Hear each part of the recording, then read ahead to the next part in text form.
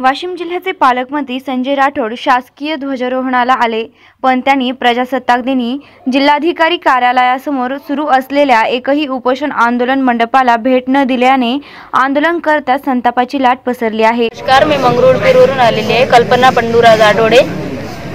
माझे mister police डिपार्टमेंटमध्ये होते। मला अर्ज करून 8 वर्ष झाले, अद्याप मला नोकरी मिळाली नाही। माझं 45 वर्ष वय होऊन 5 वर्ष उलटून गेले आणि माझ्या मुलाचं नाव लिस्टमध्ये घ्या याच्यासाठी मी अर्ज केलेले आहे वारंवार, तरी ते माझं काम होत नाही आहे। त्याच्यामुळे मी उपोषणाला बसलेली आहे 3 दिवसापासून।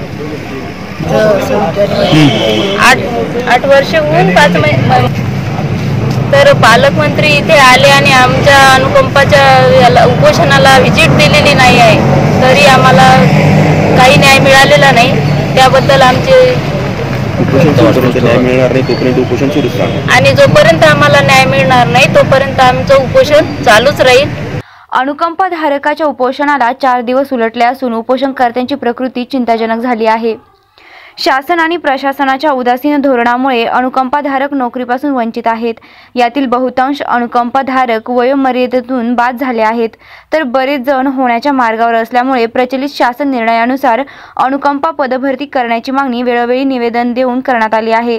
परंतु जिल्हा शासनाने पदभरती केली नसल्यामुळे अनुकंपाधारकांच्या न्याय व हक्कासाठी लढणाऱ्या अनुकंपाधारक संघाच्या वतीने 24 जानेवारीपासून जिल्हाधिकारी कार्यालय, जिल्हा परिषद कार्यालयासमोर न्याय मिळेपर्यंत आमरण उपोषणास सुरुवात केली आहे। प्रतिनिधी विनोद तायडेसह सुवर्णा ताकटे, SP 24 तास, वाशिम।